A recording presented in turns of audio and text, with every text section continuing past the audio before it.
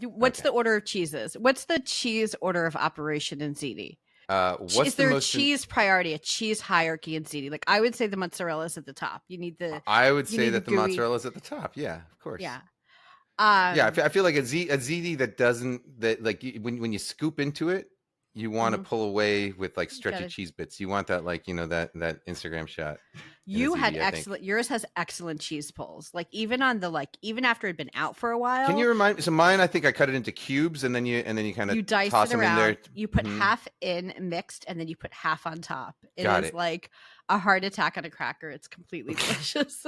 And wait, and how much cheese was in mine? I can't remember. I think It's it's an a absurd amount, pound of right? A mozzarella, pound. Okay, yeah. but I think it's also like because you don't have It's a meat, pound of vegetables, mozzarella to a pound of onion, sauce, or or to a garlic pound in of there. pasta. Right? Yeah, exactly. I think because you don't have like other things in there. Like I'm like, yeah, mine also has a big block of cheese in it, but look at all that spinach. Okay, so Well, it's yeah. So mine's basic. yours. Mine is basically a salad. um, Yeah, there's 4 ounces of spinach and like 12 ounces of mozzarella and a pound of ground beef. Really, did that 4 ounce to bother you? sound Because the out. baby spinach comes in 5 ounce packages, and it does upset me So that I it wrote it did, that and I way. put in the whole package. Good, I because put I in do four, and then I too. said, "Screw this! I'm adding in the other. I'm I know adding in the it's other very handful." upsetting. I don't know what was going on with I, me. I did, I did, I was I did note off. that I prefer in contexts like this. I actually prefer, mature spinach, Okay, adult so it spinach to doesn't fall baby. apart. I find that baby spinach, it ends up like, to me, it just reminds me of like a bit of a paper towel that you like left sitting in the kitchen sink, and it just kind of gets like pulpy and Tell gross. me what Yeah, you really think. No, I can see that. As I said, this was for me. It's about function and ease. Do I prefer grown-up spinach to baby spinach? Yes, I like my yeah. greens to have some heft Kale and would be good backbone. in there. But like Yeah. a packet, something I can get in a quick package, it's Oh, already washed. sure. I don't have to stem it. Like I can just throw it right in. That's why for me, it's like it's a really easy way to add greens. Plus, it cooks really fast. Like as soon Yeah, as well, it's I soft, didn't it's cooked. finish. I didn't tell you that I love eating little bits of pulpy paper Oh, towel. I So yeah, really yeah, nobody yeah. It was nobody great. likes that. No, that is gonna um, be you got to work on your poker face. All right, so I had spinach to it. So the cheese hierarchy, mozzarella's at hmm the top. hmm I think so. Yeah, and For in me, yours, by the way, next your is recipe, you add yours nacho style. Like you do a layer of pasta and sauce, yeah. and then you add a layer of cheese, which I forgot to do the first time, and I had to scoop out the pasta I so I forget could all add the the layer of time. cheese. Yeah. So you add a layer of I just mozzarella and shredded mozzarella and parmesan. Then mhm. you add another layer of pasta and sauce, and then you top it all. So it's almost like you're constructing like a little mini lasagna. And in fact, Deb, do you know anybody? Do you know people who call? I think this is like a Midwest thing. Do you know people who call baked ziti lasagna? Like any kind No, of but baked pasta it lasagna? is so close in ingredients that I Yeah. don't. It's basically like an unstructured lasagna, so I can see why I've people met might call it that, but families I've never heard it I've called that met before. families that say we're going to have lasagna and it's like baked ziti, and they're like, oh, Oh, I would not like we're being from lied to like Chicago. That's that. what we call it in Chicago. No, Um, if you told me you were giving me lasagna and I got ziti, I'd like flip the table over and flip. And what I was that's how they gonna. do it in New York. Yeah.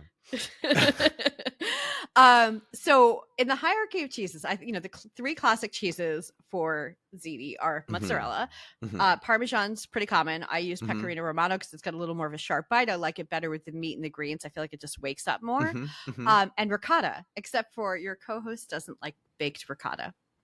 So I You, don't put this is you. ricotta in my You don't ziti. like baked I don't. ricotta. Yeah, that's me. Yes, I'm I speaking don't about love myself baked in the ricotta third either. I person. like it. I kind of like I it don't the way like you the do it. texture.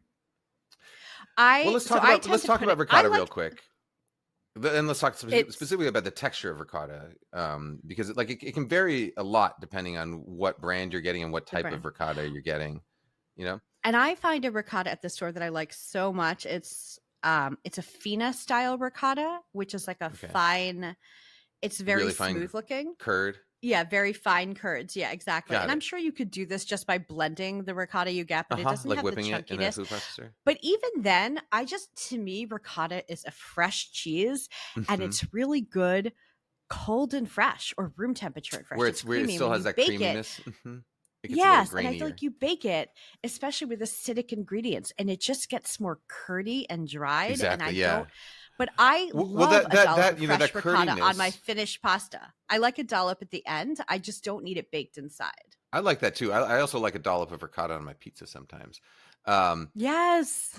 but the ricotta, that curdy texture. So one of the important things you can do, when you're cooking your recipe or any recipe that calls for ricotta, which is something that I wasn't able to do yesterday, is like check the ingredients in your ricotta and make sure that you're getting the right ricotta, because Ooh. so like the way ricotta, the way that ricotta is made is that they take the whey, um, Good.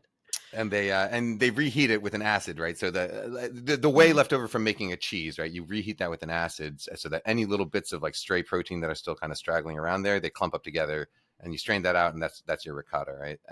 But the longer you drain it, the sort of obviously richer and thicker it becomes. And so what some Mhm. companies do is that rather than spending a lot of time draining it, they'll just add things like guar gum and other stabilizers that basically make it so that the extra whey that's in there just doesn't weep out while it's in the packaging. Mhm. So it looks like ricotta and it looks smooth and rich and creamy, but then as soon as you start to cook it, those stabilizers break down, and all that extra water that you paid for just like kind of weeps out, and so it Okay. all turns grainy.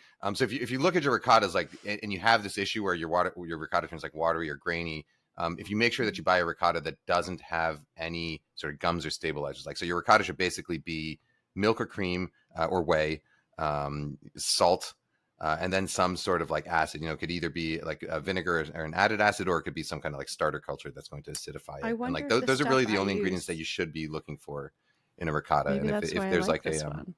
like carrageenan or guar gum, like those are the ones to avoid, because they won't, especially if you're going to be Int- baking with it. Interesting. I'm looking to see the ingredients on the one I like now.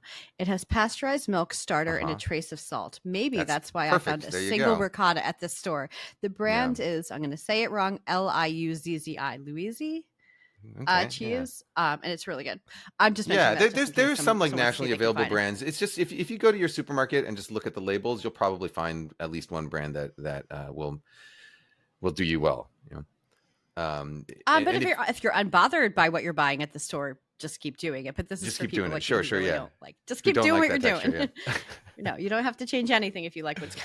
I say this sometimes when people comment on recipes and they're like, "Well, why would I change this? I like it." I'm like, "Oh, well, then you're not going to. It's this recipe isn't for you.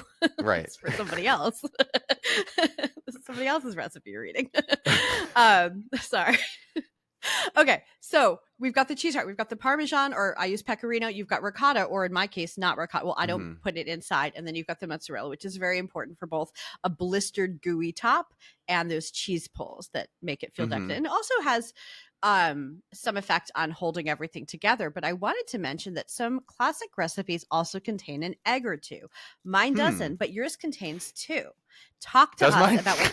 Yes, it does. I have other things to tell you. No. Yeah. Yeah. Yeah. Let's go. No, Let's talk about it. listen, Yeah. sometimes we're working on recipes that we haven't tested in many, many years. So I completely And I understand. wrote my recipe 15 years ago, and Yeah. this is one. Yeah, I actually really think it's interesting to see someone else, especially, revisit my recipe and hear what I was thinking 15 years So ago.